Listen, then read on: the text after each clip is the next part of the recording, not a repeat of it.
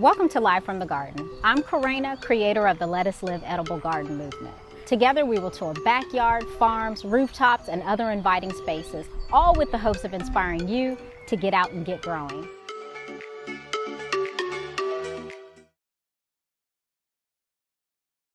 So today we are live all the way in Charlotte, South Carolina, and I want to thank you all so much. We have Sisters of the Soil, and this, if you remember, last week we had someone from Sisters of the Soil. Is not the same person, but it is the same page or the same group, or the same two young ladies that manage the same page, and we talked about that, how I think that is awesome. But without further ado, I am going to go ahead and bring April in. She's in Charlotte, North Carolina, and she is with Sisters of the Soil. Good afternoon. Thank you for bearing with us in that heat. I see it beaming down.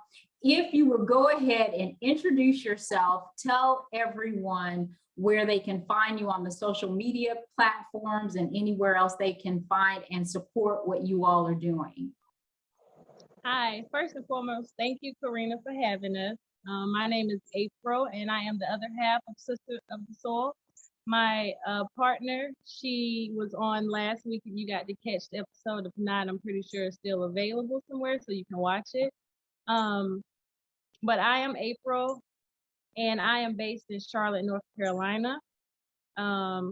Me and Nicole have been friends since 2014, I believe. And we met because her brother-in-law and my husband played on the same basketball team, so that's how we met, and we were both from South Carolina.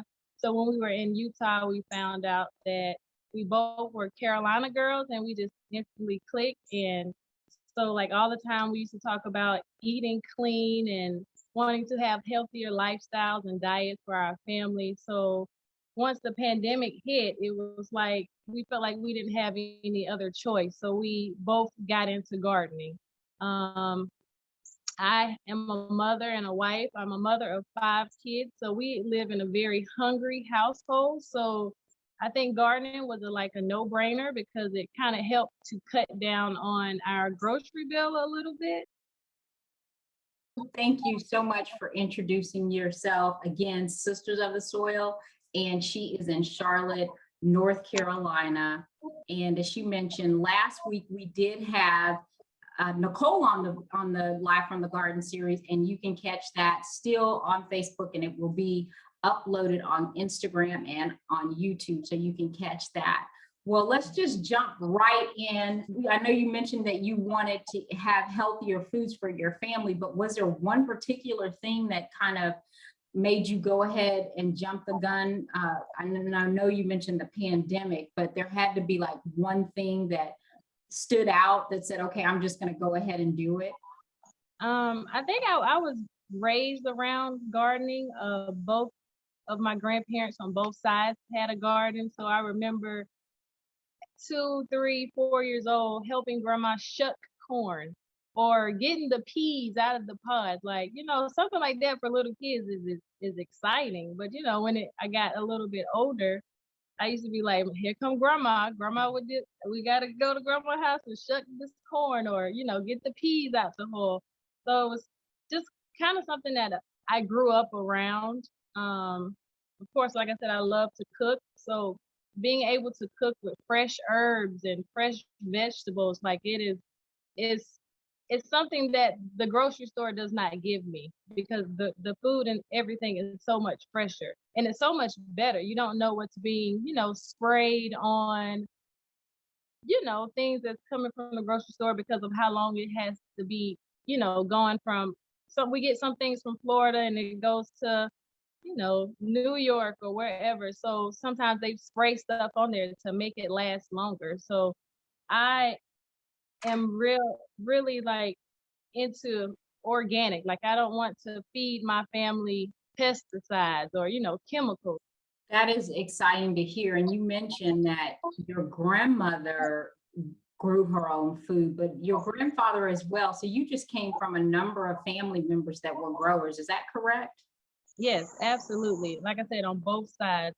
More so probably my dad's side because I grew up in McBee, South Carolina, and that's where my dad's side of the family is at. And my grandparents used to have a garden, like I said. So I've been around gardening. And a little fun tidbit: when I was in high school, I don't know if you're familiar with, it's an organization called FFA. It's called Future Farmers of America, and I was a part of that, and I was actually on a soil national, well, no, state level soil winning team.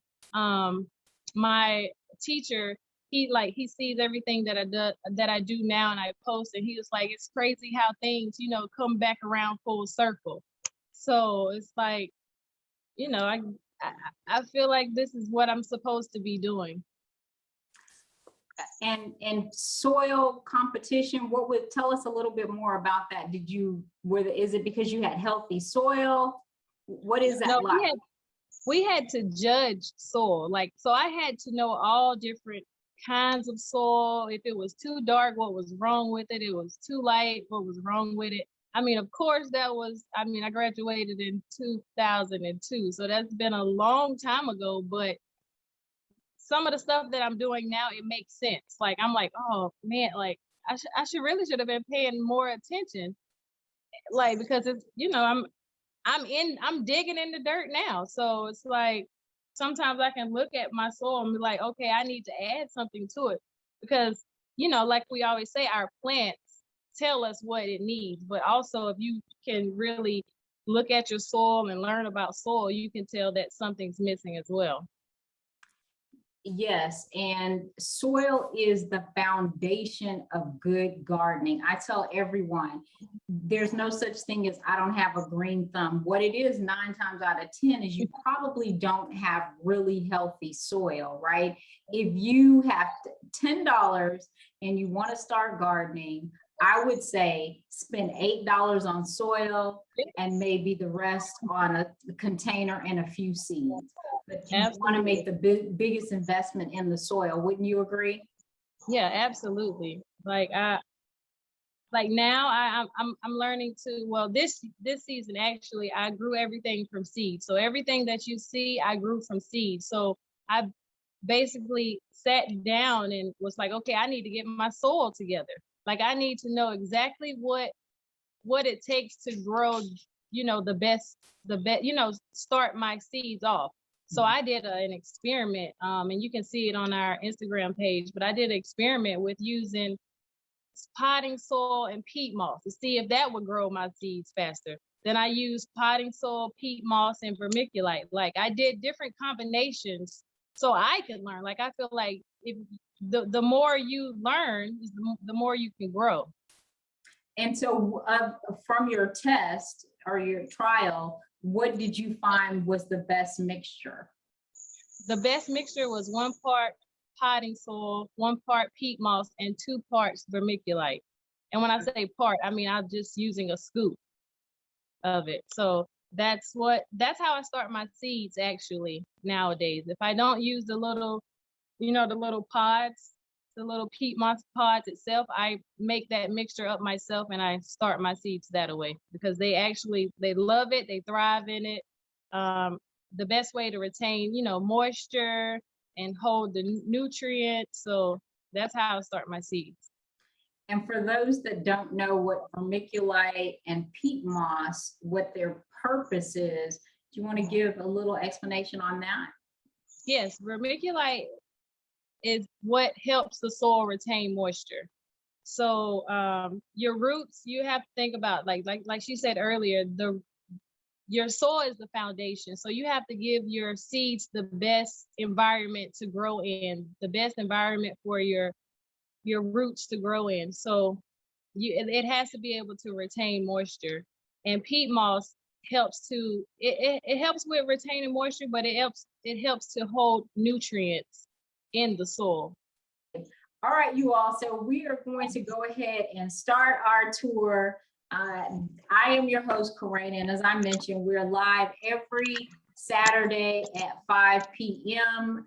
And I'm always excited to have you here. Today we are in Charlotte, North Carolina with Charlotte, North Carolina, with April from Sisters of the Soil. And she is going to show us her home garden. And again, our goal with the live is to inspire you by showing you different ways that you can grow. There's just not one way to grow. Some people grow all in pots, some grow in the ground, some grow in rooftops. We've done interviews with rooftop gardens in New York. And so I want to just show you all that there's all different types of way of growing, and that there's no excuse for you not to be growing something for your family. And so without further ado, we are going to turn it over to April, and she is going to start our garden tour. If you have questions or you see something that you have questions about, just feed me the questions in the chat and I will ask April, and we will try to answer all your questions. All right, April, it is on you. Take it away. Okay, so this is my garden. As you can see, it's not any dirt. If you do see some dirt, we probably have flowers or palm trees, or we just don't have any dirt. So the only way I really can grow is out of grow bags. These are our grow bags that we sell in our store, and they are very durable. You can move them around, which is a plus for me since I don't have a lot of in-ground space. But I do have a lot of space, so that's why you will see a bunch of bags.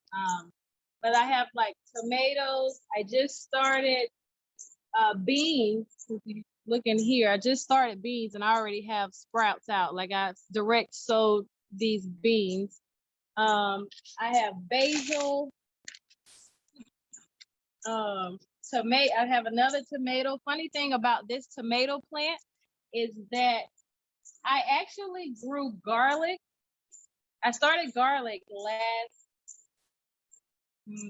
October, November, and I had garlic and it grew. Well, while my garlic was growing, when it started warming up in February or March, a tomato plant popped out of it.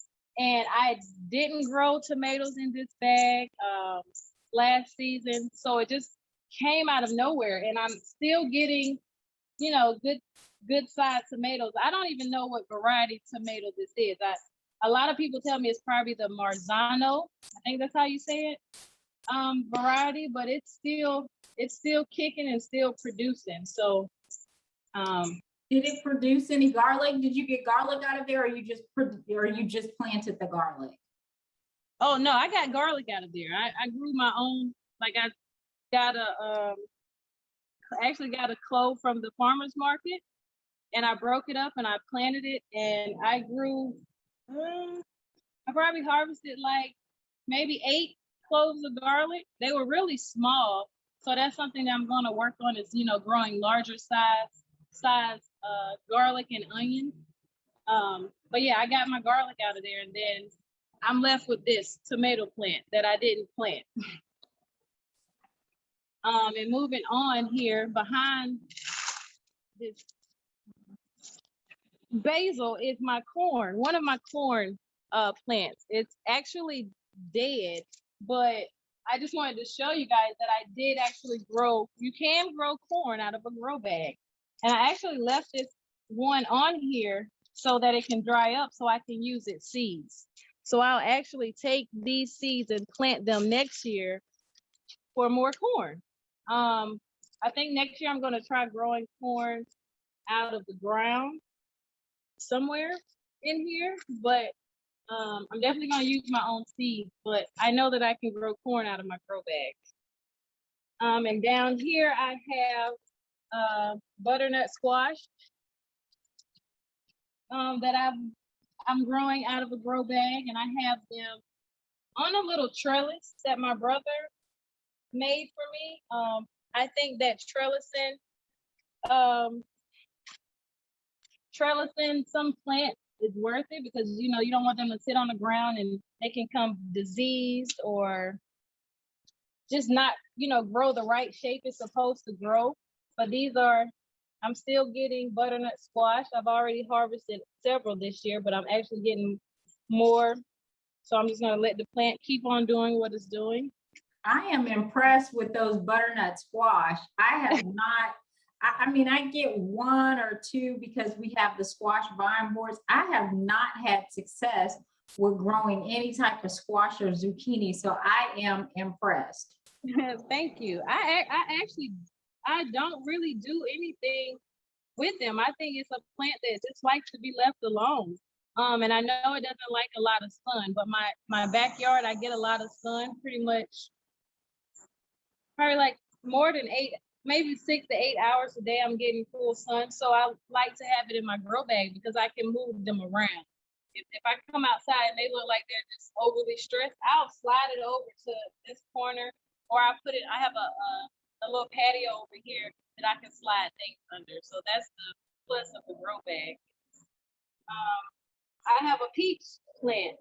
I actually harvested a few peaches, and I put it in a grow bag, and it actually grew me maybe like 6 or 8 peaches. But I had a little backyard friend. I don't know if it was a squirrel or a rabbit. Something was getting up here and something was eating my peaches.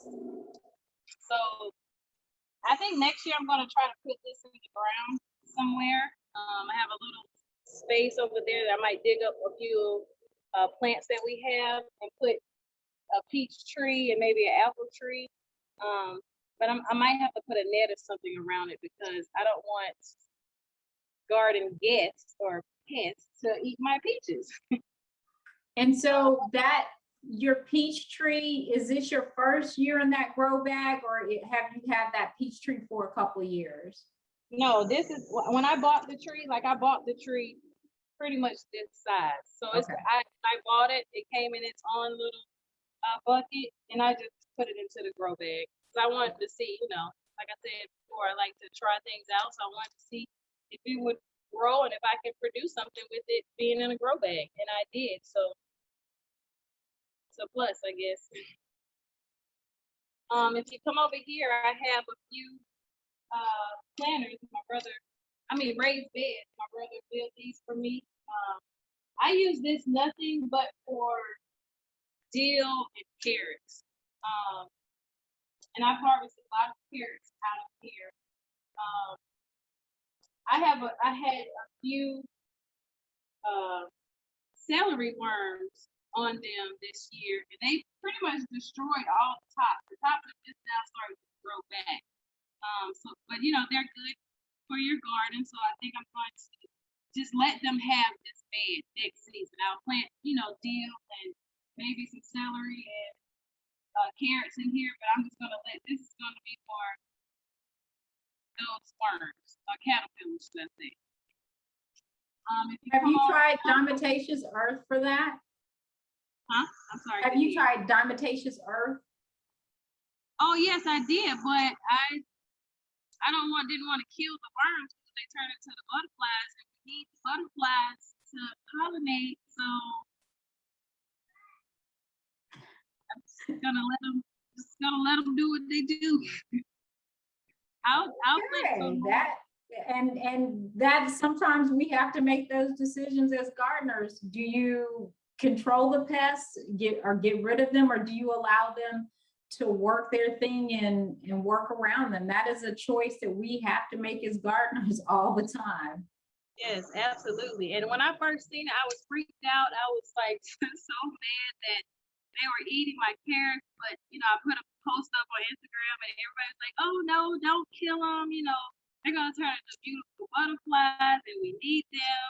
A lot of people say they actually plant dill and carrots just for that purpose because they come into your garden and we need them. So like you said, that was a choice that I had to make. So I'm just gonna I'm pretty sure that the carrots are not harmed.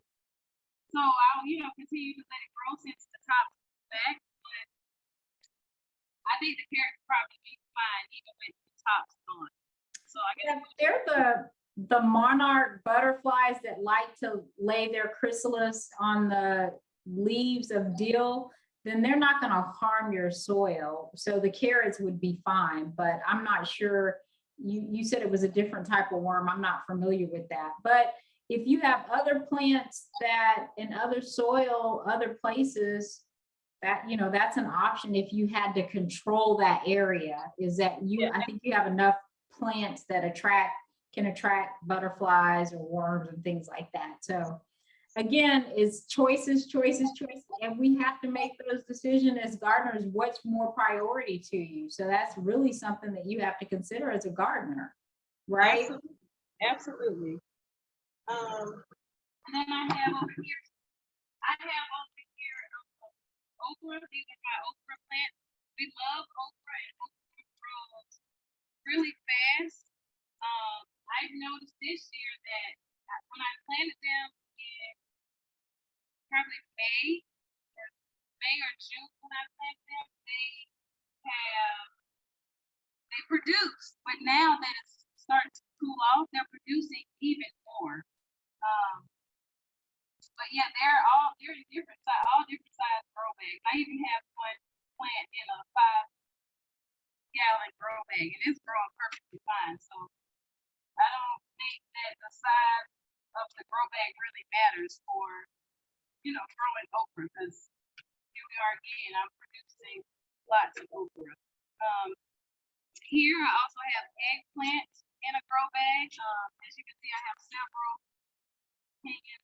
hanging on here that I'll probably be harvesting soon. Now, I've noticed that they haven't gotten as big as I thought, and that's probably because I've needed to feed it more and put more compost in there. But this is my first year growing eggplants, so it's a learning experience, and next year hopefully I'll be able to produce a bigger one.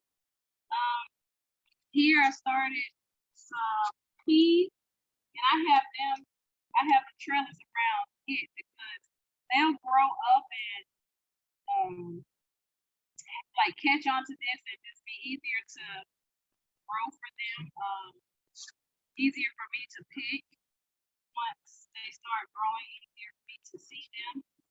Over here, I actually grew some flowers this year. This is my first year growing flowers. So I have zinnia and I have black-eyed Susan. I just have them in regular pots that you can put a flower in. But I wanted to add them to my garden to attract, more pollinators to my garden. Over here at this raised garden bed, I had celery, but I've already picked it out. And I have rutabaga. I love rutabaga. I grew up eating rutabaga. I don't think I've given it to my kids yet, so this will be their first year eating rutabaga, but since they'll see it coming out of the garden, they'll, easily try it instead of me bringing it home from somewhere else. So I'm introducing them to something new. If you come on around here, I have my peppers, my bell peppers. We love bell peppers, so I try to plant a lot of bell peppers. April, can you turn your camera horizontal again? Is it horizontal? Yeah, there we go. Much better. Okay, I'm sorry. That's okay, thank you. But yeah, we have a few bell peppers on here. I also have purple bell pepper growing. I have jalapeno plant back here. And this little grow bag, it actually has like 4 sections in it. So I just put all peppers in here, which it worked out well for me, and I liked how it worked. So I'll probably keep putting bell peppers in there. Come over here, I have blonde bell peppers. I have orange bell peppers, but one is starting to turn.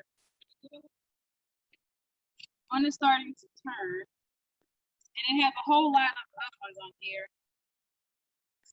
Pretty ones, actually. I don't know if I'm gonna be able to wait till all of them turn orange, but these are more bell peppers and this banana pepper tree. And if you come over here, this is the no-dig part that I was telling you about. You see, it's very small, so I had to pick and choose what I wanted to put in there.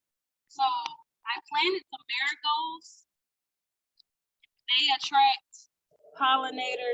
So I wanted to plant it beside my cucumbers. I'm still getting cucumbers, but the plant is almost, it's almost like to an end. And I'll be digging it up and probably planting something fall, some fall, something. I'm not sure yet. I have some kale over here that's been doing really well, and I planted it maybe in the end of July when it was still like hot, and I'm surprised that it's doing really well. Like I really need to harvest these off and take them in the house. We use these for smoothies and salads, but it's so easy to just, you know, pick them off. And the last addition to my garden I just got recently is a greenhouse. So, like I said, I don't have a lot of space. You can turn around and see everything is like I have to put everything into a container. So, and before you move to your other space, I really want to bring attention to that. She's growing all of that with no soil in the background. That is really key. So for people that have excuses that they're in an apartment, they're renting, and they don't want to dig up space, whatever your excuse is, she has no soil and she's growing a lot for her family. And at the end of the show, she'll give you her website where you can find out more about the grow bags. But grow bags or even pots, if you can't afford to buy a grow bag and you have some pots, go to garage sales, grab some pots. But just about everything that you can grow as a home gardener, you can grow in a pot or a grow bag. So I really want to hit home with that you can grow in any environment. You just have to be willing to do it. Absolutely. You have to be able to put in the work, because it is work, even though it's not in the ground. Like I still have to come out here and check. I think my biggest thing is making sure that my soil does not dry out. A lot of times during the summertime, we like to take trips.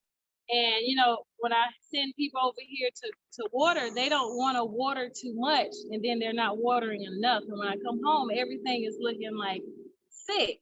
So, and with my grow bags, like I really still have to come out here and check and make sure that everything is still doing okay. But yeah, I don't have any. The owner didn't like grass. The previous owner of our house, he did not like grass. So this is why you don't see any grass back here.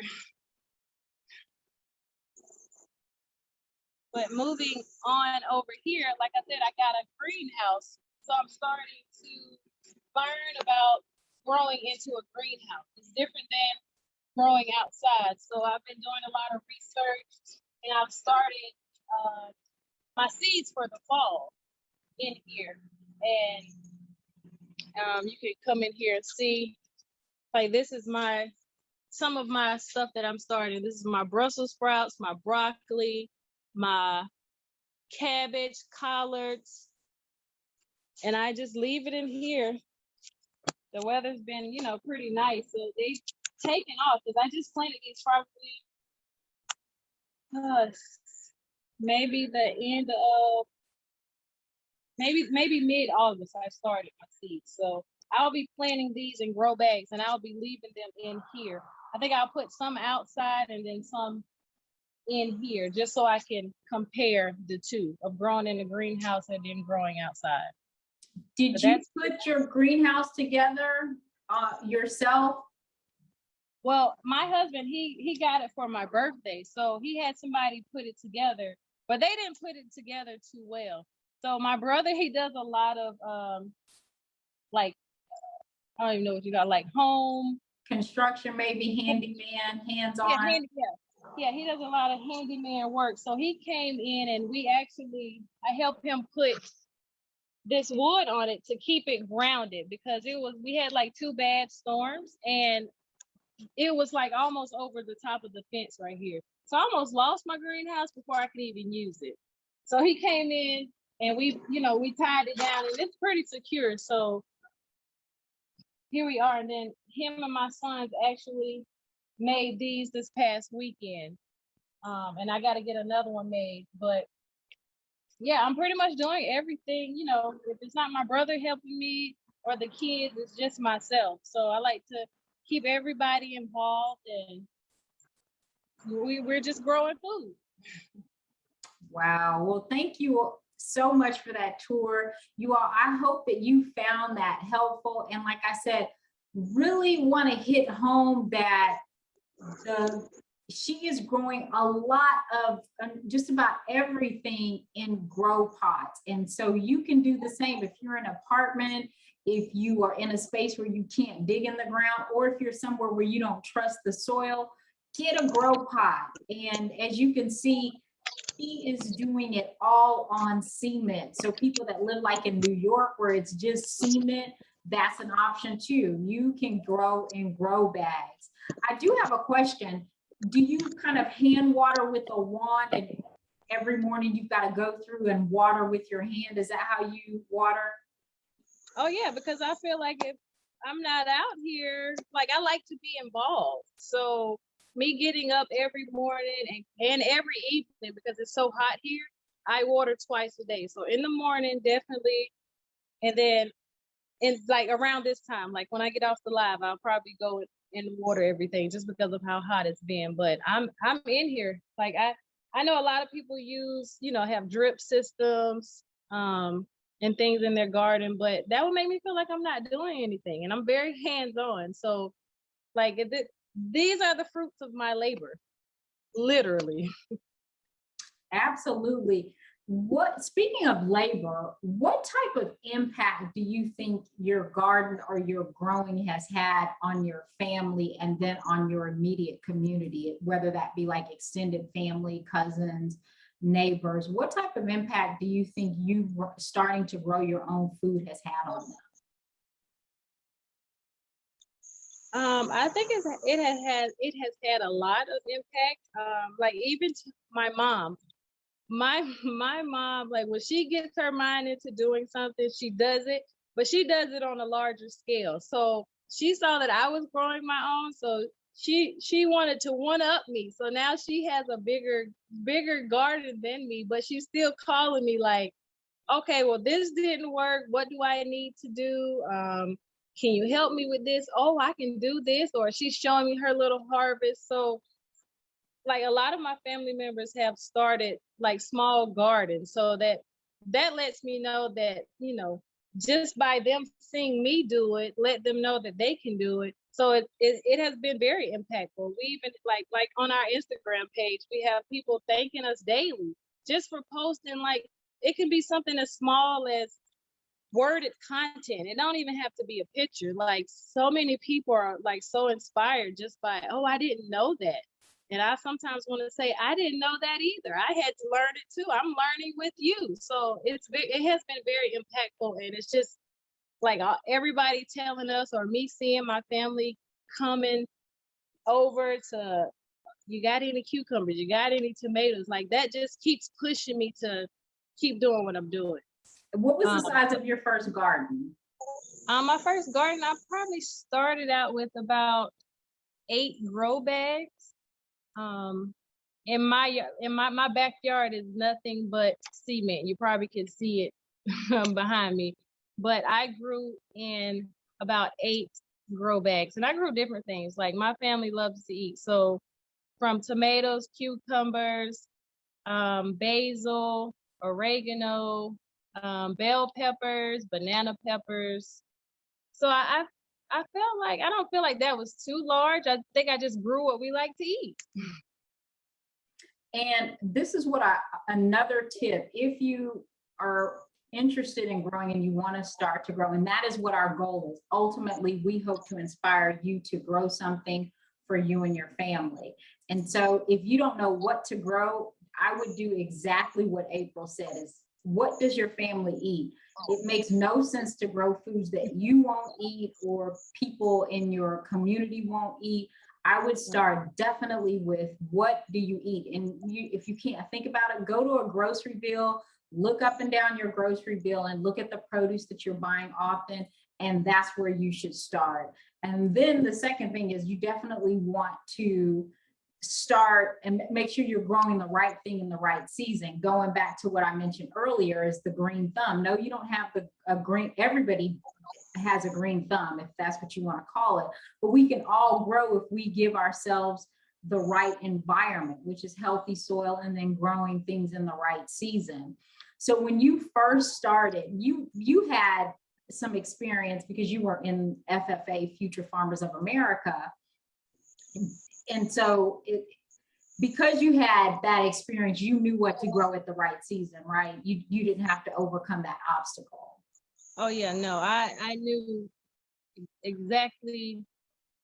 My first thing was the tomatoes and cucumbers. I know that the only time that you really can grow them is when it's blazing hot outside. That's when they thrive. So I knew that for sure. But once we got into like the fall, I had to do some research, and I still research till this day. Like, I'm a self-taught gardener, so it's not a day that I'm not like, oh, let me think about this, or let me see if I can do this. I am actually the gardener who will try anything at any time, because you won't know until you try. Trial and error, that's what gardening is. So, but yes, to answer your question, I knew exactly what I wanted to grow during the summertime.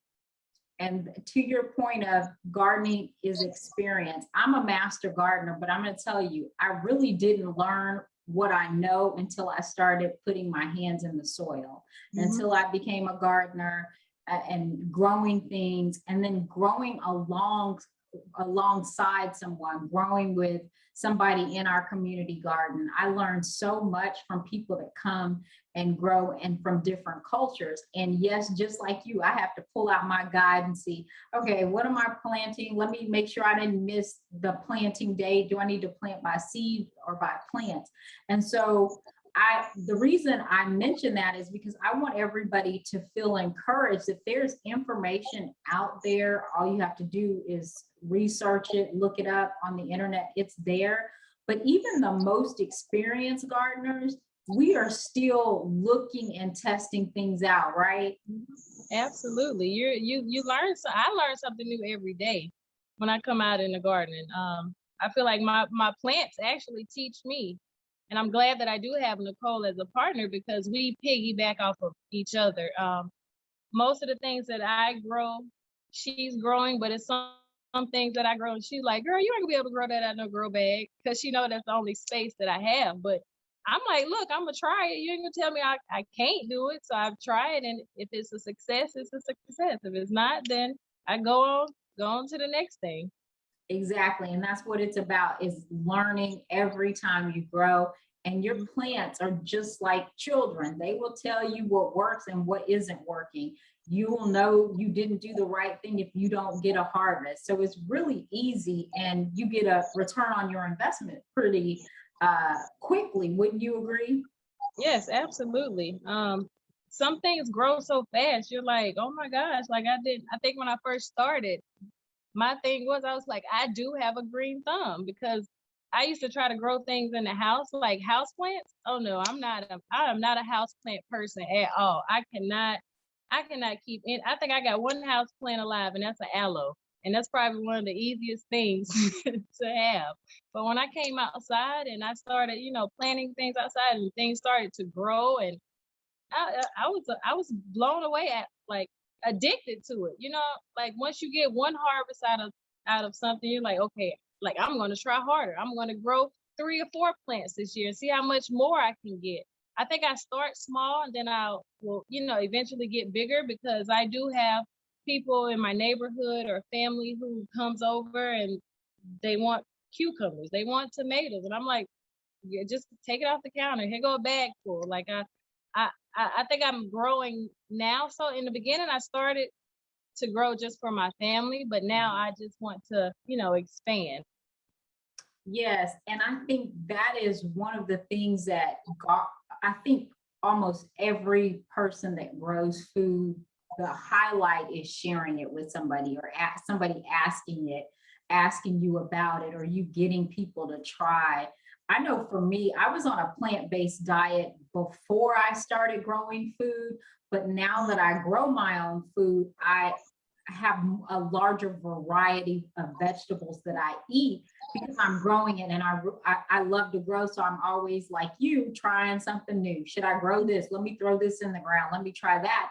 And so I grow a larger variety. There's a study out that says you're more likely to eat vegetables if you grow it. And so if you're trying to get kids to increase their intake in vegetables, and you as well as an adult, is you should consider growing it, because if you grow it, you're more likely, you've tended to it, it becomes your little baby. So you're more likely to indulge or eat it, or at least try it. There's someone that we had on her live. She did not like tomatoes, but she keeps growing different varieties every year so she can get to the point to where she can find a tomato that she likes.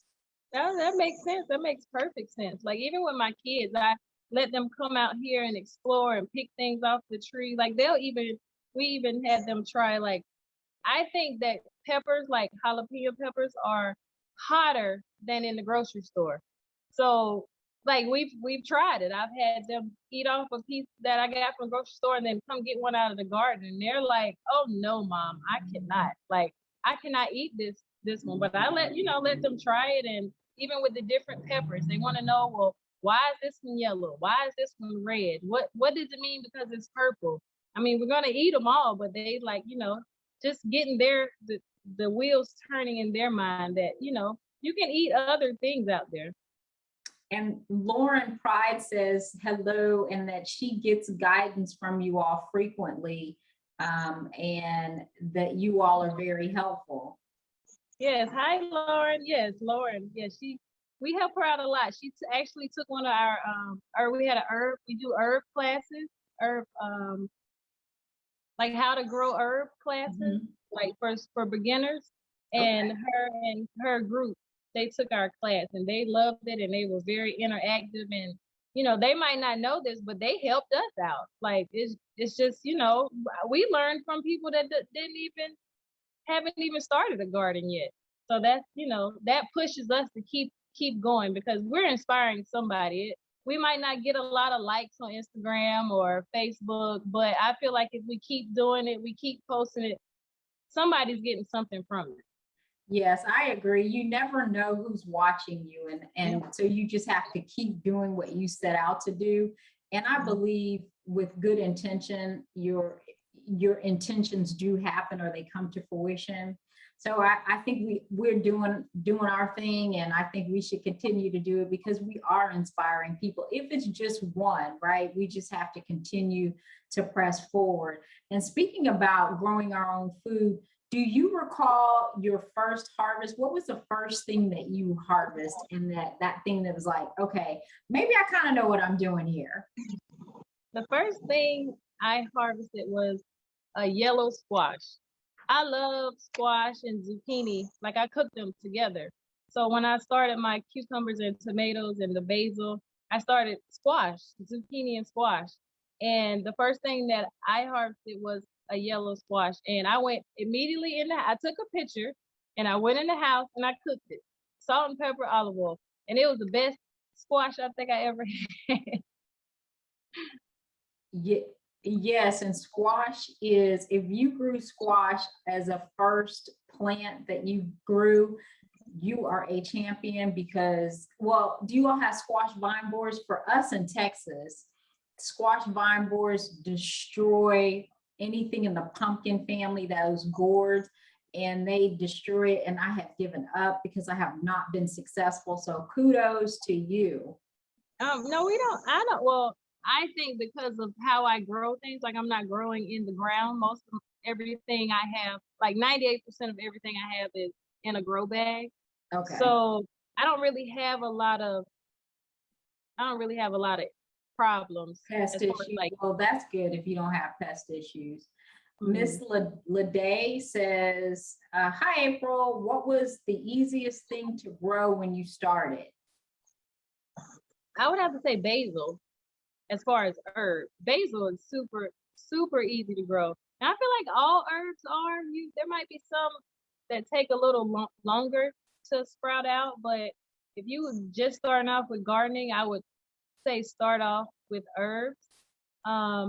as far as if you want to start with with a fruit or vegetable, cucumbers. I feel like cucumbers are easy to grow. Bell peppers are easy to grow. Um, just grow. Just go get you some seeds, plant them, and grow. I agree. Start. Don't wait till tomorrow. Tomorrow never comes. Don't put off today, which put off tomorrow what you could do today. Just grow. Luckily for us, if you're in Houston, and I think most of Texas, we can grow 12 months out of the year. We are growing something all year round, so it's never too late to get started. Courtney Webster says, April has motivated me to start work in our garden and getting it ready for the winter harvest. I do have a question. How many times should I fortify my garden? How many times should she fortify? Is that what she said? Are you talking about maybe how many times should you fertilize your garden? Can you clarify that for us, Courtney? If you could tell us what you mean by fortify, are you talking about turning it over or fertilizing? If you could clarify that, we'll get that question answered. And Deandra Weaver says, yes, I promise the best vegetables are the ones you grow on your own. Yes, Courtney says fertilize. How often should she fertilize? Well, it depends on, every plant is different.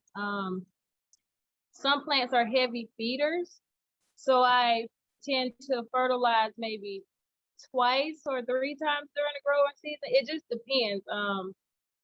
Tomatoes, like this year, my tomatoes, eggplant have been like heavy feeders. Like they want a spark like every I don't even want to say 2 months, maybe every month. But I definitely have, I'd usually fertilize probably 2 to 3 times a year. Just depends on what plant it is. You can always research it, because I'm not sure what zone you're in. So I'm, mostly familiar with my zone, which is zone 7B. And I usually just, like we said earlier, I listen to my plants. Whatever my plants need, that's what I give them. Like, if there's no set schedule for every plant, because sometimes I have peppers, the same peppers in the same, in the same container or in the same 4-section grow bag, and one needs something and the other doesn't. So you just have to really learn your plants, and that way you'll know what it needs and how often you need to do it. And so as we wrap up, I want to say thank you, but also if we are in Charlotte, where should we eat? If we come to visit Charlotte, where should we eat? One of my favorite restaurants here is called Stats. It's like a restaurant lounge type of atmosphere, but they have the best food in Charlotte, and I can definitely say that. As far like, you want something good to eat, look up Stats if you're coming to Charlotte. All right, so we need to go to Stacks. Now, if you could travel anywhere in the world, any green space, where would you like to go? Any farm, beach, botanical garden? Where's a place that you would love to visit? I'm an outdoorsy person and I love animals. So I think the place that I would want to go the most would be Africa, like on a real safari, like just to see the animals interact and maybe even interact with them as much as I can. But I would love, like, that is on my list. I have to get to Africa. Wow, it is a beautiful experience, and we are putting it out in the atmosphere so that you can take your trip to Africa and take a safari. I think really for us, for the ones that love to go outside and enjoy nature, there's so much to experience. There's so many places for us to go. And for me, it's just life-giving. I would rather be outside with some cool weather any day at any time. So I am pushing for you to get to Africa. As we wrap up, tell us where we can find you on social media platforms or your website. Let us know where we can find you. Okay, you can find us on Instagram at Sistas of the Soil. Also on Facebook, same thing, Sistas of the Soil. And we also have our own website where we sell merchandise like our grow bags. We even have seed containers. We have herb kits. So you can check us out at www.sistersofthesoil.com. Thank you for watching. If you found this episode inspiring, please tell others about the Let Us Live Edible Garden series. For more inspiring stories and garden tips, visit letuslive.org, subscribe to our YouTube channel, and follow us on Instagram and Facebook. I'll see you live from the garden, and remember, lettuce lets us live.